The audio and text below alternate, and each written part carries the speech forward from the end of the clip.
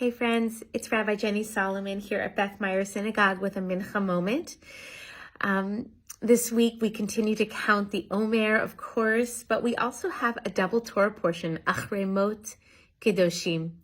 Kiddushim, my bat mitzvah Torah portion, is very dear to my heart, but I actually wanted to share a couple of words as a Mincha moment about the first Torah portion, Achrei Mot. Achrei Mot literally means after the death, and it picks up on the death of Aaron's two sons, who were also priests, who attempted to become so close to God that they committed some kind of mysterious offense and were killed mysteriously.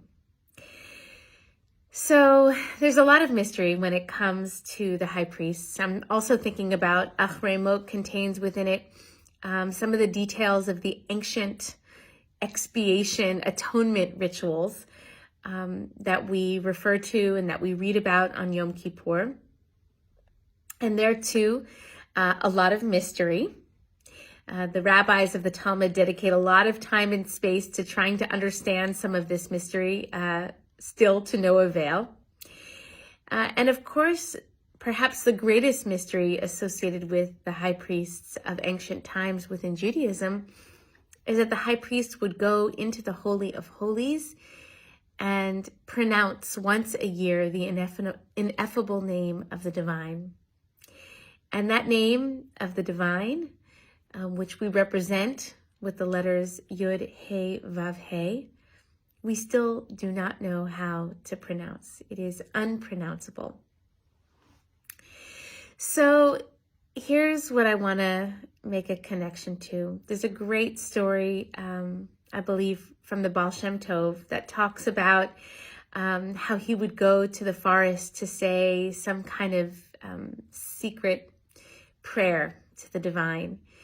And though we no longer know, what he prayed and which forest he went to and exactly what he did, we know the story to tell that he did that.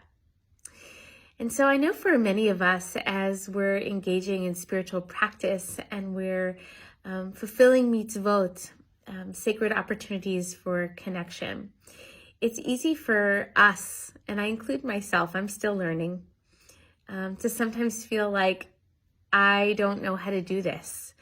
This is mysterious to me. I don't know the forms here. I don't know the right words. I'm worried about doing it, whatever the it is, wrong. Same thing goes for meditation, by the way. And I think that one of the things that the story of the Besh reminds us is that if we don't even try, if we don't even have the kind of holy chutzpah and courage to engage in a mitzvah, even if we're going to do it wrong, or even if we won't know everything or get it all precise, one day there will be no story to tell. We won't know. The generations to come will not have that lineage, will not have those traditions upon which to draw. And perhaps the mystery isn't so bad after all. Perhaps the mystery is what makes it possible for each one of us to really enter into our own holy of holies and discern what it is we want to say, how we want to connect with God, how we want to create space for the sacred in our lives. And perhaps also that sense of mystery, which kind of clouds so many aspects of this part of Leviticus, gives us the permission to use silence and awe as our pathway in. To know that there isn't one answer for anything. There are so many points of entry, and those points of entry over the course of generations necessarily change, they move.